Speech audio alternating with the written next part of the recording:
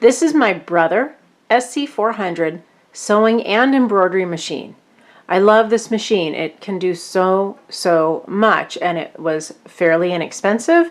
I can do some embroidery with it as long as it's just a 4x4 or less pattern, and I have several stitch choices, etc. So I'll be using this machine in my instructional videos on sewing and embroidery, and I just wanted to introduce you to this machine, and I'm going to actually thread a bobbin. So I thought I would just take a minute to show you how to thread a bobbin on this machine.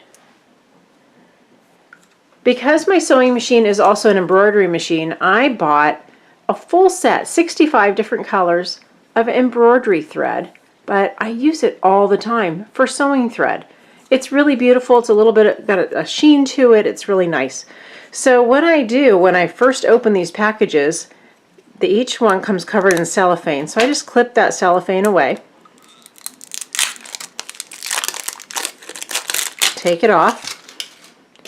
The top of it has the color number, and I do want to reserve that. I don't want to lose it.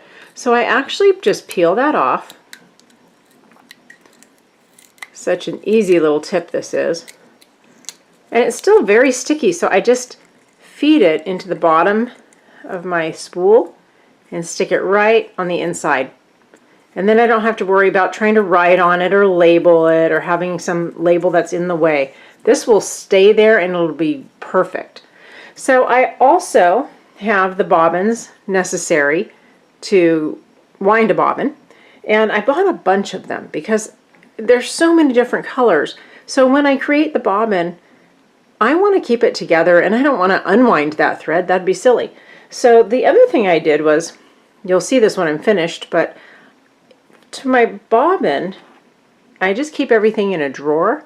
I actually made these pins, and I just made them out of wooden skewers and wooden beads and some glue.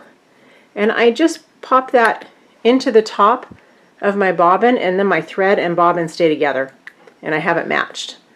The last thing I did is I took some tubing, and it was, I want to say 3/8 of an inch, and I cut little strips out of it, just a clear tubing, and then I cut a little slice. Once I have my bobbin wound, I can actually put this around that thread and I don't end up with a drawer full of thread everywhere. So it's been a really good system to use, and I'm going to wind the bobbin and then I'll put this all together so you can just see it. So to thread your bobbin, you're going to first start with your spool of thread. You're going to put it back right here on this thread holder. It lays down sideways, but it lifts up and you can put your thread right on it. And then you're going to put a little cap on here. It came with your machine. And it just goes right on top of the thread. It just holds it down. You can tell it's just a little bit snug right on that spool. It fits really well. So just make sure that this thread isn't going to go sliding in that direction. Now you're going to take your thread and bring it underneath this little metal doohickey. I don't know what the names of these things are. And then you're going to bring it around the back of this plastic piece. And I'm just holding it so I can do this slowly and show you. I bring it around from on the right side of this little metal holder, and then I bring it, let's see, that'd be counterclockwise around this metal little kind of a gear. And then I bring it over to my bobbin. My bobbin I've already placed on the spool, and actually let's unpush it, and it starts out in this position, and you take your thread, bring it behind the spool and into it, and then bring it onto this little tab right here, and that'll help start your spool and cut this thread. So just hold on to this thread for now, push everything, the bobbin and spool, this all pushes right towards this little metal piece.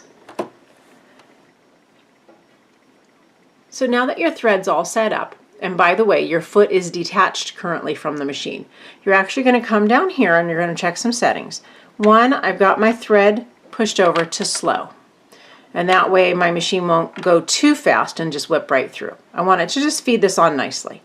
Two, I've got a big button here that will light up green when you're sewing, or red when you can't sew, and yellow when you're winding a bobbin. And so you can go ahead when that's yellow and push that, and it'll start winding that bobbin for you.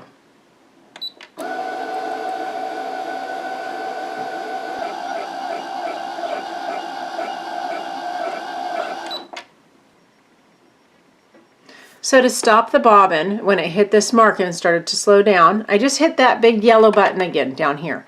And that stopped the bobbin. And now I'm just going to push it back into the first position it was in. And I'm done. I can just take this off. I can use that thread cutter right here again. And my bobbin is ready.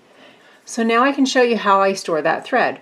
So my thread here, the original spool, I've made a little cut right here. And I can just slide this loose thread from this spool into this little slot, and that'll hold.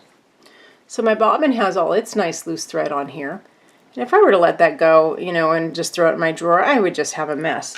But if I take this little vinyl sleeve that I cut out from a piece of tubing and I just slip it on there, then it's going to hold that thread down nice and snug, and I can see through it and I can see exactly what color I have. But I also am going to keep these two together by throwing that little wooden dowel right through the top.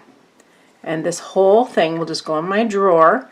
It just sits upright, so it doesn't matter that that wobbles a little bit. And I will have my thread and my spool together. When I'm done with my project and when I'm ready for my next one, I'll be able to find the color I want and have a matched bobbin ready to go.